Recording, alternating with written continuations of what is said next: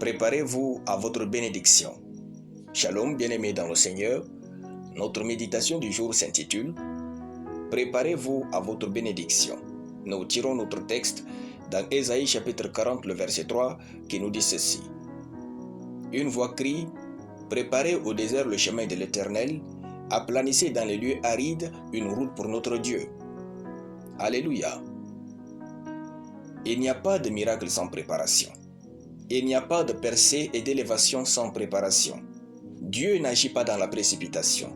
Le texte dit « Préparez au désert le chemin de l'Éternel, aplanissez dans les lieux arides une route pour notre Dieu. » Votre préparation est la preuve de votre bénédiction.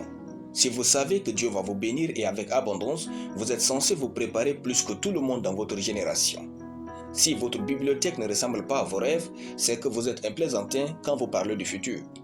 Comment pouvez-vous penser que Dieu va certes vous bénir à l'avenir, puis vous mangez et buvez n'importe quoi, le tout sans faire du sport pour préparer votre corps à jouir de ses bénédictions?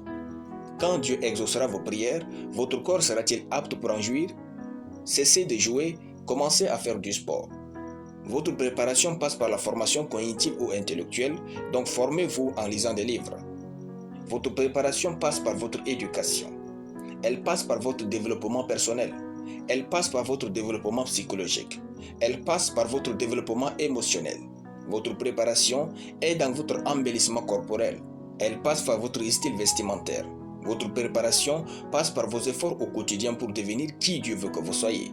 N'abandonnez pas vos rêves, continuez de vous préparer. Peut-être que cela vous prendra plus de temps que vous l'ayez prévu, mais n'abandonnez pas vos rêves. N'abandonnez pas vos enfants, continuez de les préparer au succès. Votre préparation détermine la taille de votre miracle et la durée de vos bénédictions. Si vous savez que vous ferez de grandes choses avec Dieu, alors préparez-vous à ces choses. La meilleure chose qu'un ou qu'une célibataire puisse faire à son partenaire n'est pas de l'aimer, mais de se préparer. Il s'agit de se préparer à bien vivre ensemble. Si vous allez répondre en 2024 à l'appel de Dieu, préparez-vous plus que tout. Alléluia. Nous allons prier.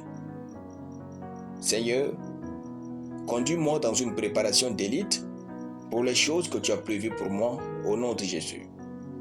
Amen. La lecture biblique en une année, Genèse chapitre 31 à Genèse chapitre 32. Soyez bénis, c'était le pain du ciel.